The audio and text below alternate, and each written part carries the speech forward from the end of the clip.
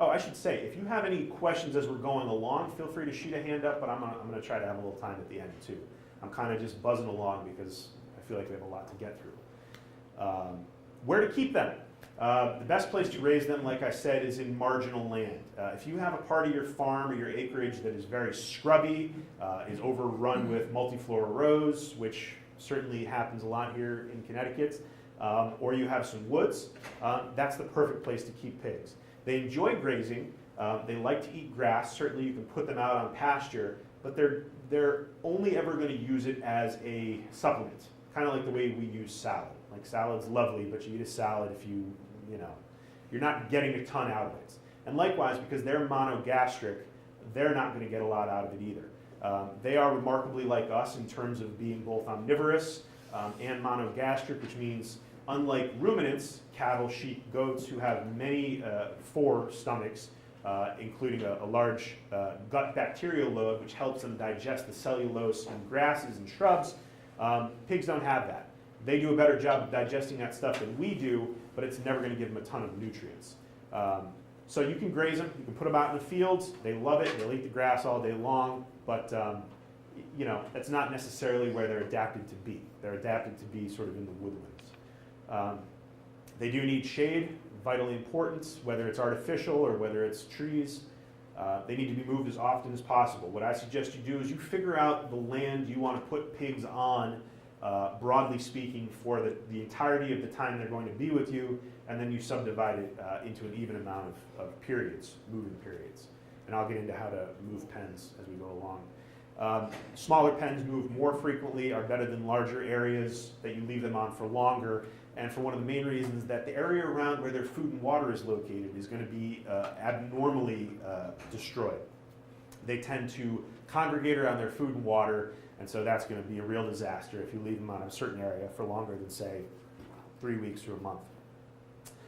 Make sure access for food and water is convenient for you. It might seem like a great idea to put them way out in the woods, but are you going to have to truck out food by hand every day? How are you going to get water to them? So you've got to find a compromise that makes life easy for you as the farmer versus where they need to be for a good life. Make use of their destructive potential. Like I said, put them on the area of land that needs to be torn up, that is not offering much, that is overgrown with scrub. One thing that I like to do is I will take corn, shelled corn, and dump it at the base of big clumps of multiflora rows. And they will get in there and they will root around for every morsel of corn, and then when that's done, you can go in and they've cleared a nice path and you can just hack out that shrub. If you leave them in one area too long, 2 of the big problems is, one, they're prone to worms. Certainly if you have wormed them when they come in and your land hasn't had pigs before, that's not going to be as much of a problem. But just in the general cycle of things, one of the reasons to move animals, not just pigs, but any livestock, from area to area as frequently as possible is to avoid disease, bacteria, and parasites. And then also they can, if you leave them in an area too long, they can girdle softwood trees, which means they'll go around like a maple tree or a cherry tree or a beech tree, and they'll eat the bark around its base, eventually killing the tree. They won't do that right away, but if you were to say leave a pig in one spot for a couple months, that is definitely something I've seen happen.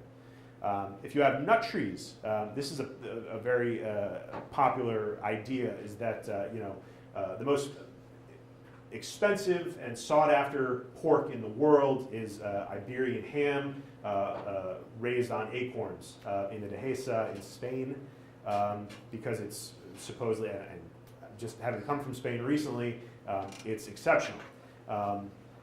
But if you have nut trees, if you have any access to acorn trees, hickory trees, beech trees, and you can get the pigs around those trees during the season of fall, when the nuts are falling, that's great. It's a wonderful little bump. I don't necessarily think you're going to ever be able to produce enough to call your pork, acorn fed or mast fed. Oh, mast is the term for nut fall.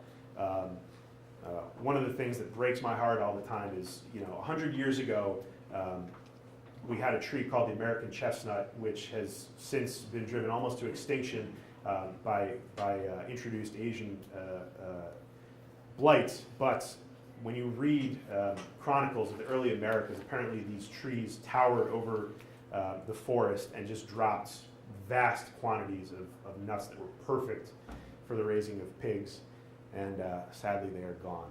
But that's something to keep a note of. If your property has any nut trees, that's definitely a little boost. Pigs love acorns, they love all nuts, they'll crack them right open with their teeth. No fuss, no muss, and that's a great way to finish pigs since you're usually going to be taking them to slaughter in the fall. That's a nice little boost at the end, and it will contribute to the flavor. And then a final note, allow ample rest time for an area with a minimum of a year between when you introduce pigs to it, and if possible, rake and reseed it to bring it back faster. Oh, just some pictures real quick. These are our farm, the top two and the one on the bottom are our farm, and the bottom right is Warren Wilson College down in North Carolina, which I visited years ago, and I took some photos. So this is how we raise our pigs up top. They're along the margin line where one of our fields is on the top left, and they get the wood line. And down below is just a scrubby area.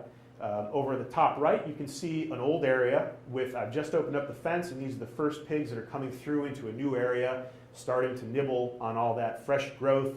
And behind them, you can see what they've reduced their old pen to in a matter of a couple of weeks. And then down here is just a further example. This is what it looks like in the woods. Old pen, new pen. And I should say, if you're worried about destruction, there were pigs here the year before. So it comes back very readily. If you don't overstock an area and you don't leave it for too long with pigs on it, it comes back. In fact, it comes back a little bit better. They basically do a good job of both manuring and mulching the forest floor. So if you manage it well, it can be actually quite constructive. What's the stocking rate in terms of number of pigs per area? It really matters, and I'm hesitant to even offer because it depends on what your landscape is, depends on how much work you're going to do to rehabilitate that land. I mean, if you look at the stocking area down below, they probably have, in an area about 2 acres, they probably had about 150 pigs. But that's because they're going to go in and extensively reseed and retill and even plant for the next round of pigs. I would say,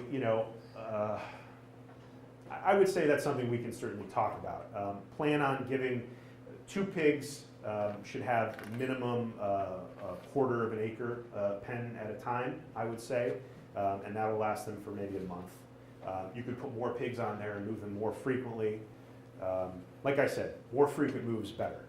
I would rather have a high stock density with frequent moves than the other way around, because what you're going to do then is they're going to just go and destroy that place where they've got the food and water, and then the rest of it barely gets touched. Same goes for really any livestock. High stock density, frequent moves is better than the alternative. You've got to do the choosing for them, basically, is what it comes down to.